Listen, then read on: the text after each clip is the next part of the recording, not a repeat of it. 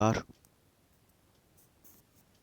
एक 11th के छात्रों का अकाउंट्स की क्लास में स्वागत है। आज बात करते हैं, कल हमने बात करी थी इससे पहले कि रोकड़ प्रवाह विवरण और रोकड़ बजट में क्या अंतर होता है, रोकड़ प्रवाह विवरण कोष प्रवाह विवरण क्या अंतर होता है, रोकड़ प्रवाह विवरण के उद्देश्य तथा लाभ तथा महत्व जाना था और रोकड़ प्रवाह विवरण क्या होता है ये हमने समझा था। आज बात करते हैं रोकड़ प्रवाह विवरण बनाते कैसे हैं। तो परिचालन क्रियाओं से रोकड़ प्रवाह की गणना दो प्रकार से की जा सकती है, प्रत्यक्ष विधि यानी कि डायरेक्ट मेथड और अप्रत्यक्ष रीति यानी कि इनडायरेक्ट मेथड। प्रत्यक्ष विधि, इस विधि में गैर रोकड़ मद जैसे ह्रास, प्रारंभिक व्ययों का अपलेखन, अंशों तथा एवं ऋण पत्रों पर कटौती, ख्याति का अपलेखन आदि का समायोजन नहीं किया जाता है और इसका प्रारूप निम्न प्रकार होता है। जब हमें सादा हमारे पास केवल बैलेंस शीट दी हुई हो तो हम किस तरह से कैश फ्लो का गणना कर सकते हैं, उसके लिए ये एक प्रारूप है। Completion of cash flow from operating activities direct method में, ठीक है, प्रत्यक्ष रीति की बात कर रहे हैं। जैसे हमारे पास केवल बैलेंस शीट दी हुई है, ऐसी स्थिति में कुछ सूचनाएं हमारे पास केवल बैलेंस शीट दी हुई है, कोई अतिरिक्त सूचनाएं हमारे पास उपलब्ध नहीं है, यानी कि प्रश्न में क्रय विक्रय या व्ययों के संबंध में कोई समायोजन या नहीं दिया हुआ है, तो ऐसी स्थिति में और केवल हमारे पास बैलेंस शीट दी हुई है या profit trading and profit loss account दिया हुआ है, तो उस स्थिति में हम कैश फ्लो किस तरह से ज्ञात कर सकते हैं, बना सकते हैं। तो ऐसी स्थिति में हम calculation computation of cash flow का प्रारूप निम्न प्रकार है। सबसे पहले कैश सेल, उसमें कैश रिसीव्ड फॉर डेटर्स या कस्टमर से जो हमें कैश रिसीव्ड हुआ है उसको भी जोड़ देंगे और उसमें से कैश परचेज घटा देंगे, कैश पेड टू क्रेडिटर्स या सप्लायर्स को जो हमने कैश पेड किया है वो घटा देंगे, कैश एक्सपेंसेस जो पेड करे गए हैं जैसे सैलरी और वेजेस जो कैश में पेड किए गए हैं, केवल ऐसे एक्सपेंसेस पेड के दिखाने हैं जो कैश में पेड किए गए होंगे, सैलरी और वेजेस जैसे कि इनको भी घटा देंगे और उसको घटाने के पास निकल कर आएगा, यानी कि जो कैश अभी कैश सेल और कैश रिसीट फ्रॉम डेटर्स में जो जोड़ आया है उसमें से ये तीनों चीज़ घटाने के बाद हमारे पास cash generator from operating activities निकल कर आ जाएगा। इसमें से हमने इस साल जो इनकम टैक्स पेड करा है उसको घटा देंगे तो हमारे पास cash flow from operation activities निकल कर आएगा। अब दूसरी स्थिति एक और है, अगर हमारे पास सूचनाएं अतिरिक्त सूचनाएं भी दी हुई हों, ऐसी जब प्रश्न में क्रय विक्रय व व्ययों के संबंध में समायोजन दी हुई हों, तो ऐसी स्थिति में परिचालन क्रियाओं से रोकड़ प्रवाह की गणना निम्न प्रारूप के द्वारा कर सकते हैं। ये प्रारूप है उस ऐसी स्थिति में। Completion of cash flow from operating activities, ये गलत है, डायरेक्ट मेथड सही है। डायरेक्ट मेथड में ही जब हमारे पास सूचनाएं दी हुई हों, और भी सूचनाएं यानी कि trading and profit and loss account के अलावा और भी सूचनाएं दी हुई हों, जैसे पिछली बैलेंस शीट की कुछ सूचनाएं दी हुई हों, तो ऐसी स्थिति में ओपनिंग बैलेंस या क्लोजिंग बैलेंस दिए हुए हों, तब ऐसी स्थिति में हम ये इस तरह से हम कैश फ्लो डायरेक्ट मेथड में, ध्यान रखें डायरेक्ट मेथड की ही ये, जब सूचनाएं ज़्यादा हमारे पास एकत्र हों, यानी कि हमें ओपनिंग बैलेंस वगैरह दे रखे हों, डेटर्स के बिल रिसीवेबल वगैरह के, तब उस स्थिति में हम डायरेक्ट मेथड में इस तरह से ये कैश फ्लो निकाल सकते हैं। सबसे पहले टोटल सेल, उसके बाद ओपनिंग बैलेंस ऑफ रिसीवेबल यानी कि डेटर्स और बी आर, ये हमारे होंगे डेटर्स और बी आर बिल रिसीवेबल, उसका जो ओपनिंग बैलेंस होगा यानी कि जिस अवधि का हम बना रहे हैं उस अवधि में ओपनिंग बैलेंस, उस ईयर के ओपनिंग में जो ओपनिंग बैलेंस होंगे उनको हम यहाँ जोड़ लेंगे और उसमें से लेस कर देंगे क्लोजिंग बैलेंस ऑफ रिसीवेबल, यानी कि डेटर्स और बी आर के जो क्लोजिंग बैलेंस होंगे वो हम घटा के यहाँ घटाएंगे, जो तो हमारे पास निकल के आएगा कैश रिसीव फ्रॉम कस्टमर, यानी कस्टमर से हमने कितना कैश रिसीव हुआ है ये चीज़ हमें निकल कर आ जाएगी। इसमें से हम क्या घटाएंगे, less cash paid to supplier and employ, यानी कि एम्प्लॉइयों को अपने कर्मचारियों को और अपने सप्लायर को जिनसे हम माल खरीदते हैं उनको जितना कैश पेड किया गया है वो इसमें से घटा देंगे। कैसे, कॉस्ट ऑफ गुड्स सोल्ड यानी कि बेचे हुए माल की कीमत जितनी होगी वो यहाँ लिखेंगे। इसमें add stock at the and, stock of the end, इसमें जो हमारा लास्ट में अवधि के लास्ट में जो क्लोजिंग स्टॉक निकल के आया जिसको हम क्लोजिंग स्टॉक बोलते हैं उसको जोड़ देंगे। लेस इसमें से घटा क्या देंगे, स्टॉक एट द बिगनिंग, और जो हमारा ओपनिंग स्टॉक था, स्टॉक का जो ओपनिंग वैल्यू थी वो हम यहाँ घटा देंगे। तो हमारे पास टोटल परचेज निकल कर आएगी। क्या चीज़ निकल के आएगी, टोटल पर किससे निकल के आएगी, cost of goods sold add stock at the end less stock at the beginning से हमारे पास टोटल परचेज निकल कर आ जाएगी। फिर इसमें अब इसमें ऐड क्या करेंगे, ओपनिंग बैलेंस ऑफ पेबल, यानी कि जो हमें जिनको हमें भुगतान करना है, जिनका हमें पेमेंट करना है, उनको हम जोड़ेंगे। अब क्या कौन कौन सी चीज़ होंगी, वो क्रेडिटर्स और बीपी, ये क्रेडिटर्स और बीपी होंगे जिनका हमें पेमेंट करना है। तो इनका जो ओपनिंग बैलेंस होगा, क्रेडिटर्स का ओपनिंग बैलेंस और बीपी का बिल पेबल का ओपनिंग बैलेंस हम यहाँ ऐड करेंगे उसमें, less closing balance of payable cash paid to supplier, और जो क्लोजिंग बैलेंस यानी क्रेडिटर्स और बीपी के जो क्लोजिंग बैलेंस होंगे उसको घटा देंगे। तो हमारे पास निकल कर आएगा कैश पेड टू सप्लायर, यानी कि हमने सप्लायर को कितना पैसा कैश में पेड किया है, ये चीज़ हमारे पास निकल कर आ जाएगी।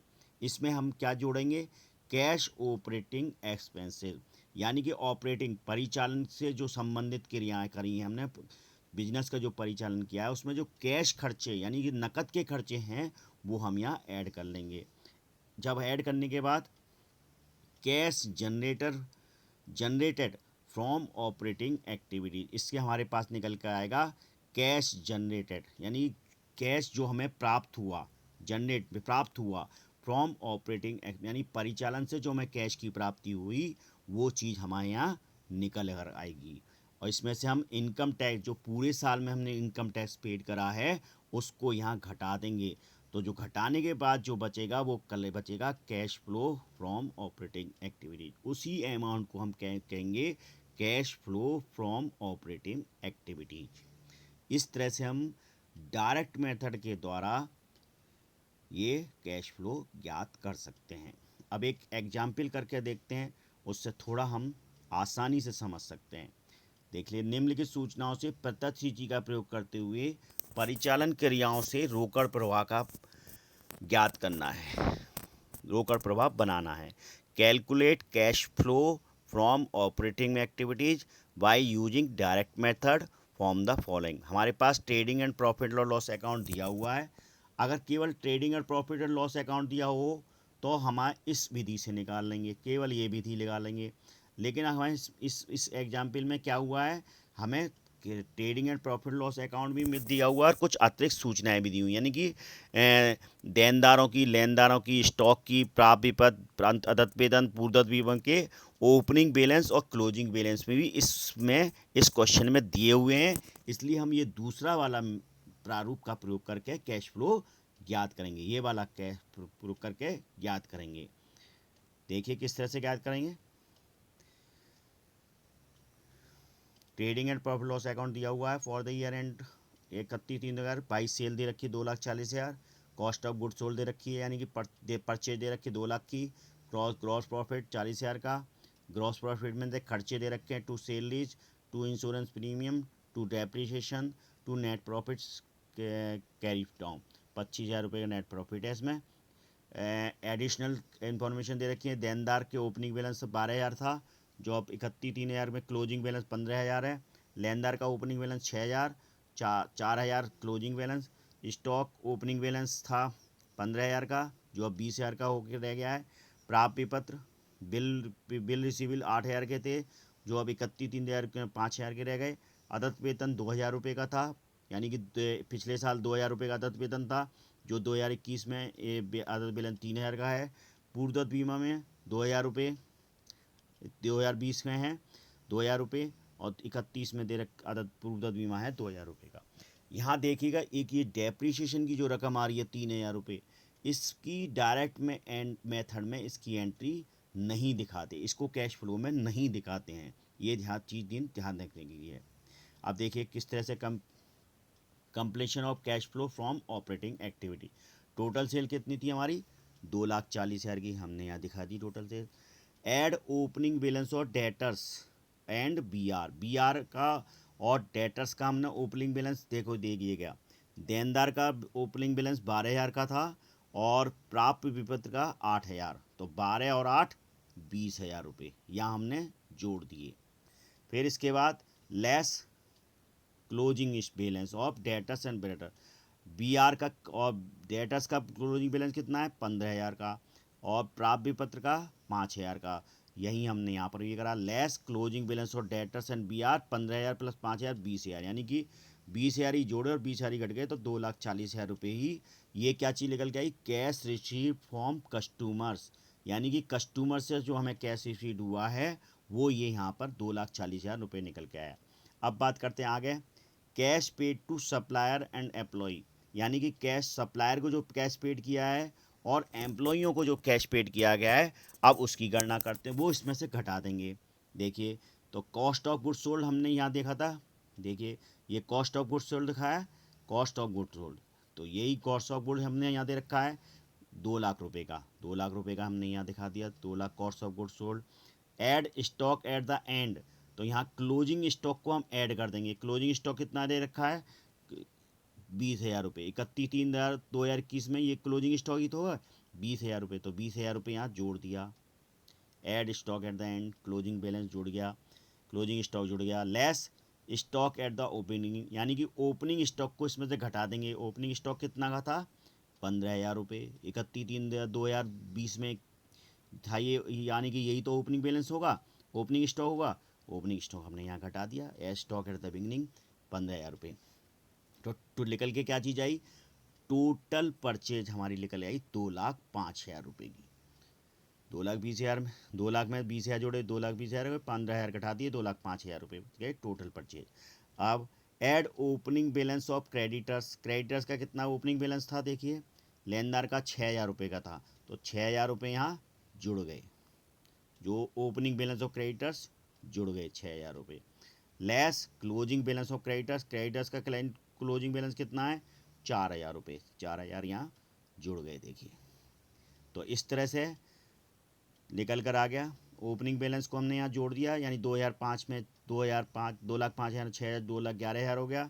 Less closing balance of creditors, creditors का क्लोजिंग बैलेंस घटा दिया, इसका मतलब 4,000 रुपये यहाँ घटा दिए 2,07,000। तो वास्तव में आप देखेंगे तो क्रेडिटर्स जो शुरू में थे हमारे पास 6,000 रुपये, 4, यानी कि वास्तव में इनसे हमें 2,000 रुपये मिल गए। इस साल में, पूरे साल में हमें 2,000 रुपये इन क्रेडिटर्सों से हमें मिल गए, क्योंकि ओपनिंग में 6,000 थे और 4,000 अब रह गए, तो इसका मतलब 2,000 रुपये इन क्रेडिटर्स हमें, इन वाले क्रेडिटर्स हमें प्राप्त हुए हैं। इसका मतलब 2,000 रुपये इससे प्राप्त हुए हैं, तो इसलिए वही 2,000 रुपये की एंट्री, तो 2,05,000 में 2,000 इस तरह से जोड़ लीजिए। ये भी कैश पेड, तो ये चीज़ निकल के आएगी कैश पेड टू सप्लायर्स 2,07,000 रुपये, यानी कि सप्लायर को जो हमने पेड करा है वो निकल के आ गया। अब बात करते हैं दूसरी चीज़ मत बोला था, क्या चीज़ बोली थी? देखिए एम्प्लॉय, यानी cash paid to employ, cash paid to supplier and cash paid to supplier तो हमारा निकल आया, कैश पेड टू सप्लायर। अब बात करते हैं एम्प्लॉय की। एम्प्लॉय को हमने कितना कैश पेड करा? तो देखिए सैलरी कितनी बता रहा है वो यहाँ? सैलरी को बता रहा है 10,000 रुपये। सैलरी के बारे में दे रखी है अतिरिक्त सूचनाएं। अदत्त वेतन आउटस्टैंडिंग सैलरी 2,000 रुपये और 31/3/2000 में 3,000 रुपये, यानी कि तो सैलरी में पिछले साल के कितने 10,000, तो 10,000 रुपये का पेमेंट इस साल करा उन्होंने, और 2,000 रुपये जो पिछले साल के थे वो भी पेमेंट करे होंगे, लेकिन उसमें से 3,000 रुपये के अभी भी आउटस्टैंडिंग है। इसका मतलब हमने इस साल सिर्फ 9,000 रुपये ही पेमेंट करा है। सैलरी का जो पेमेंट करा है वो कितना करा है? 9,000, क्योंकि 2,000 रुपये हमारे पास पिछले थे। 10,000 रुपये हमने इस साल प्रॉफिट एंड लॉस अकाउंट में पेड करें, दिखाए हैं, जो देखिए प्रॉफिट लॉस अकाउंट में 10,000 दिखा रहा था, तो इसका मतलब 10,000 तो हमने पेड करे, उसमें से 2,000 तो पहले के थे, इसका मतलब 8,000 हो, 1,000 रुपये अभी और बाकी, यानी कि 2,000, तो 2,000 पहले अनपेड तो पहले भी थे, और अब ये 2,000 की जगह 3,000 हो गए, यानी कि वास्तव में इसका मतलब हमने 9,000 रुपये ही पेड करे हैं। तो हमने जो वास्तव में पेड करा है वही हमें यहाँ दिखाना है 10,000 में, इसलिए जो पिछले साल अदद थे उसको जोड़ देंगे और जो इस साल लास्ट में अदद हैं वो घटा देंगे। तो 10,000 प्लस 2,000 माइनस 3,000 9,000 हो गया। इंश्योरेंस की स्थिति में देखिए, इंश्योरेंस कितना पेड किया है, 2,000 रुपये का। इंश्योरेंस के बारे में पूर्वदत्त यानी प्रीपेड इंश्योरेंस है, यानी 20 में 2,000 रुपये का प्रीपेड था, 31 में भी 2,000 का प्रीपेड है। तो ऐसी स्थिति में क्या करेंगे, इंश्योरेंस 2,000 रुपये था, पेड किया गया इससे, यानी कि पिछले साल का 2,000, पिछले साल 2,000 पिछले साल का पेड कर रखा था, तो इसका मतलब 2,000 घटा देंगे वाले पिछले साल वाले। तो अब लेकिन इस साल भी 2,000 रुपये ही भी प्रीपेड हैं, तो इसका मतलब ये जोड़ देंगे।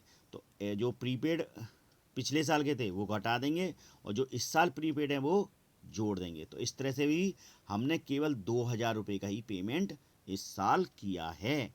इसका मतलब ये है सिर्फ क्योंकि इस पे जो पिछले साल प्रीपेड था वो अभी भी इस साल भी प्रीपेड है, और वास्तव में प्रॉफिट एंड लॉस में जो 2,000 रुपये इंश्योरेंस पेड है वो ही इस साल पेड किया है, बाकी तो वो पिछले साल का चल ही रहा है वो वाला प्रीपेड।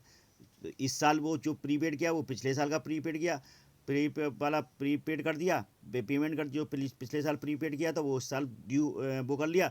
अब इस साल का जो ड्यू हुआ वो हमने पेड कर दिया, तो इसका मतलब 2,000 रुपये ही हमने वास्तव में पेड किए हैं। तो ये 2,000 रुपये यहाँ पर आ जाते हैं। 2,07,000, 9,000 और 2,000, इस तरह से टोटल जुड़ के जो आ गया 2,18,000। दो कैश पेड टू सप्लायर तो 2,07,000 और कैश पेड टू एम्प्लॉय 11,000, यानी कि 2,07,000 और 11,000 हो गया 2,18,000। हमारी कैश रिसीट कितना हुआ था टोटल कस्टमर से, 2,40,000। कैश पेड हमने कितना करा है एम्प्लॉय और सप्लायर को, 2,18,000।